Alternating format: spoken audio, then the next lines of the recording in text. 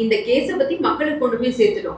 அதுக்கப்புறம் அவங்க திரும்ப அத பேசும்போது மேனிபுலேஷன் மேட்டர்ஸ். அவங்க வந்து ஒப்பீனியன் சொல்லிட்டாங்க மேம். ஏன்னா வந்து எல்லாரும் குற்றச்சாட்டு பண்றாங்க, எனக்கு கஷ்டமா இருக்கு, பிரச்சனையில நீங்க பேசிட்டு போங்க.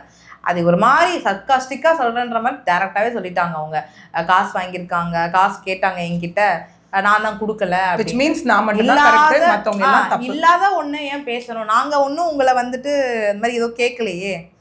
நாங்க எங்களுக்கு வேண்டாம் மேம் அந்த காசு, எங்களுக்கு எதுக்கு அது மேம்? சொன்னதே இவ்வளவுதான். திரும்ப வரும்போது மேம் இவ்வளோ இல்லை மேம், நீங்க எல்லாம் விட்டுருங்க, எங்களை விட்டுருங்க, பேசினது எல்லாரையும் விட்டுருங்க, பாதிக்கப்பட்டவங்களுக்காக கூட நிப்பன் ப்ராமிஸ் பண்ணீங்கல்ல, அந்த ப்ராமிஸ் அதை பத்தின ஒரு லைன், எங்கேயாவது ஒரு லைன், ஒரே ஒரு லைன், பாதிக்கப்பட்டவங்களுக்காக நான் கூட நிக்கணும்னு வந்தேங்க, நான் தான் வீடியோ வந்து போஸ்ட் பண்ணேன், ஒரே ஒரு லைன், எங்கேயுமே தாராளமா பேசுங்க. அதை விட்டுட்டு அங்க போயிட்டு பிரியதர்ஷினியை நம்பாத, என்கிட்ட வந்துட்டு அந்த குரூப் பேரை சொல்லி அவங்கள நம்பாதீங்க, இப்படியே மாத்தி பாருங்க மேம். அவங்க தான் மேம் எங்களை இன்டர்நேஷனல் ஃபிகர் ஆக்கிட்டு இருக்காங்க. டு மீஸ் ஓப்பனா சொல்லணும்னா, இல்ல பாதிக்கப்பட்ட ஒருத்தர் வந்துட்டு இல்ல சொல்றேன், அதெல்லாம் கிடையாதுங்க.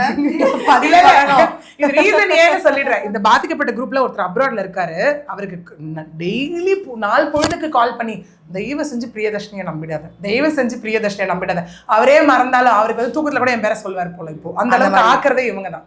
அப்ப புரிஞ்சு ஒண்ணே இப்ப கூட இந்த வீடியோஸ் பார்த்துட்டு பாதிக்கப்படுறாங்கன்னும் பொழுது, அவங்க நம்மள அணுகுறாங்கன்னும் பொழுது நம்ம என்ன லீகலா பண்ண முடியுமோ அதுதான் லீகலா மட்டும்தான். சி ஆப்போசிட் பர்சன் எப்பவுமே நமக்கு விக்டிமுக்கு அகேன்ஸ்ட் தான், நமக்கும் அகேன்ஸ்ட் தான். கண்டிப்பா அவங்க கூட உறவாடவோ பணம் கேட்கவோ வாங்கவோ ஒண்ணுமே கிடையாது. மேம் இவ்வளவு ஸ்மார்ட்டா இருக்கவங்க மேம் சொன்ன மாதிரி ஒரு வேலை எங்களை நேர்ல வந்து பார்த்து பணம் கொடுத்திருந்தாலும் ஓகே, அது இன்னத்துக்கு அவங்க ஒரு எவிடன்ஸா எடுத்து வச்சிருப்பாங்களா மாட்டாங்களா? அன்னைக்கு இல்லாம இருப்பாங்களா மேம்? காருக்குள்ளே உட்கார்ந்து என்ன கேட்டாங்க, நீ ரெக்கார்ட் பண்றியான்னு, அவங்க ரெக்கார்ட் பண்ணி வச்சிருக்கேன்றாங்க. அப்ப அதையும் பண்ணிருப்பாங்களா மாட்டாங்களா?